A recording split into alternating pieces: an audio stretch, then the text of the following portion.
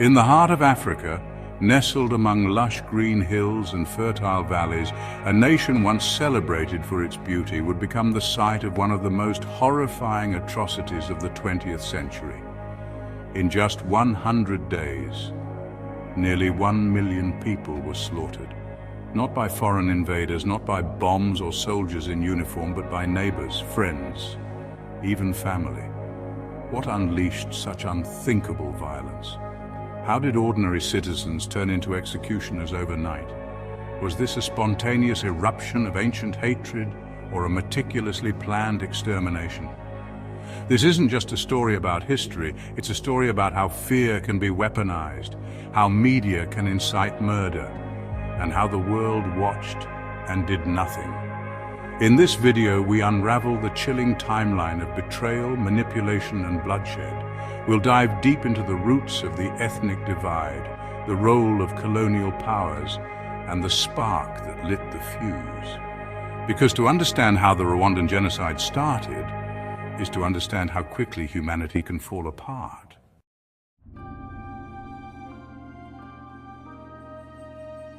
To understand how a country turns against itself, we must first look to those who came from outside. In the late 19th century, Rwanda was a kingdom ruled by monarchs with a complex social structure. Ethnic identities existed, yes, but they were fluid, overlapping.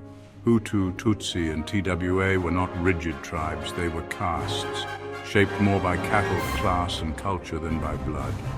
Then came the Europeans, first the Germans, then the Belgians, both imposing foreign rule on Rwandan soil. But it was the Belgians who made a fatal choice to divide. They introduced identity cards, rigidly classifying Rwandans as Hutu or Tutsi.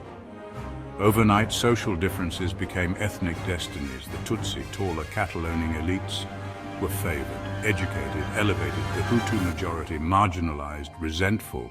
A dangerous imbalance was created, one built not on ancient tribal hatred, but on colonial policy.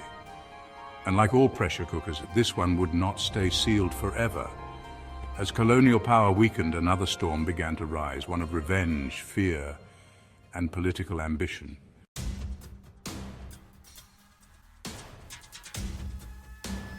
By the late 1950s, the colonial world was crumbling. Across Africa, flags were changing, foreign rulers retreating. Rwanda too would be swept into the tide of independence. But liberation did not bring peace, it brought reckoning. In 1959, a violent uprising broke out. Hutu revolutionaries, long suppressed, turned against the Tutsi elite.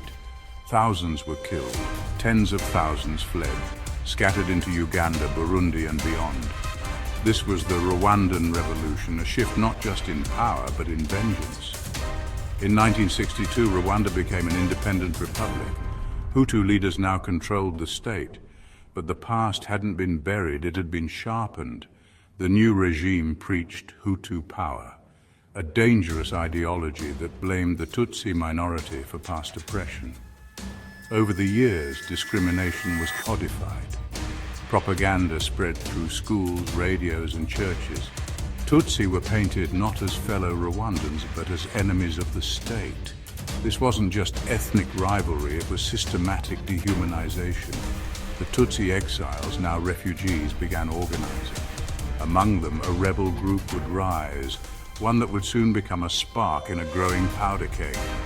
They called themselves the Rwandan Patriotic Front, the RPF.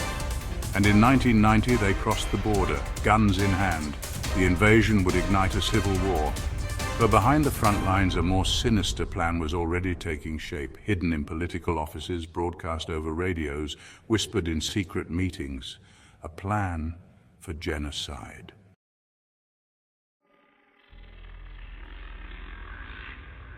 By the early 1990s, Rwanda was a nation balanced on the edge of a blade. The Rwandan Patriotic Front, led by exiled Tutsi, had invaded from Uganda. Civil war gripped the north, villages were burned, civilians fled. But beneath the chaos of war, something darker was brewing. Extremists in the Hutu-led government began quietly arming militias. They formed a group called the Interahamwe, those who fight together. But their real target wasn't the RPF, It was their own neighbors. On the airwaves, voices preached fear and hatred. Radio television, Libre des Mille Collines, RTLM, became the soundtrack to a nation preparing for blood. Tutsi were called inyenzi, cockroaches. Propaganda wasn't just tolerated, it was government-sponsored. Outside pressure forced the Rwandan government to negotiate with the RPF. A fragile peace accord, the Arusha Accords, was signed in 1993. But the extremists saw peace as betrayal. They had no intention of sharing power.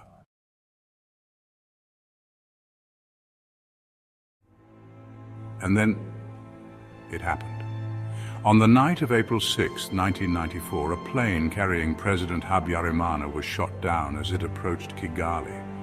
No one survived. Within hours, roadblocks went up, kill lists were distributed, and the final plan went into motion. It began with the assassination of political moderates, then the slaughter of Tutsi civilians. The genocide had begun, but what followed would shake the world.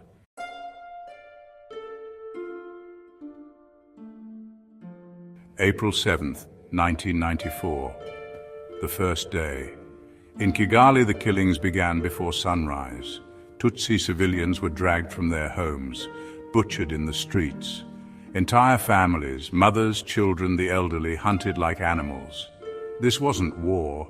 This was systematic extermination. Churches, once sanctuaries, became slaughterhouses. Hospitals were emptied. Schools turned into graves. Neighbors betrayed neighbors. Husbands turned on wives.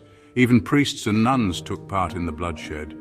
And all the while, the voice of hate rang out over the airwaves. RTLM named names. It told listeners where to find the enemy. It encouraged killing as duty. This was not chaos. It was orchestrated genocide, planned, directed, efficient.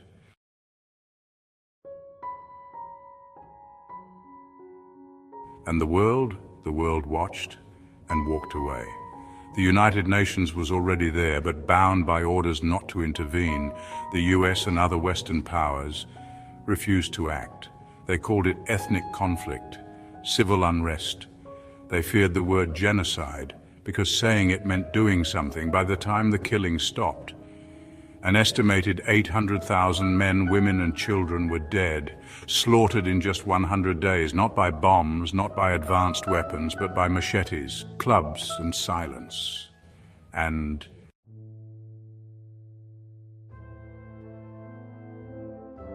July 1994. After 3 months of unimaginable horror, the killing finally stopped, not because the world intervened, but because the Rwandan Patriotic Front fought its way into Kigali. The genocidal regime collapsed. The killers fled. But for the survivors, the nightmare was far from over. Rwanda was a graveyard. Over 1 million people displaced. Tens of thousands of orphans left to wander roads littered with bodies. The air still heavy with death. Justice would come slowly. The international community, ashamed and exposed, established tribunals. Trials began. Some perpetrators were caught. Many vanished. In Rwanda, communities faced a different reckoning. Survivors lived alongside those who had tried to kill them. Villages held public trials, Gakaka courts, where justice was local, raw, and often incomplete.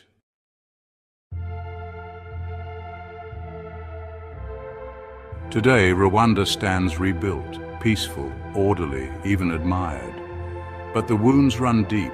The scars may be invisible, but they have not faded. Because genocide doesn't just end, it echoes. How does a country forgive?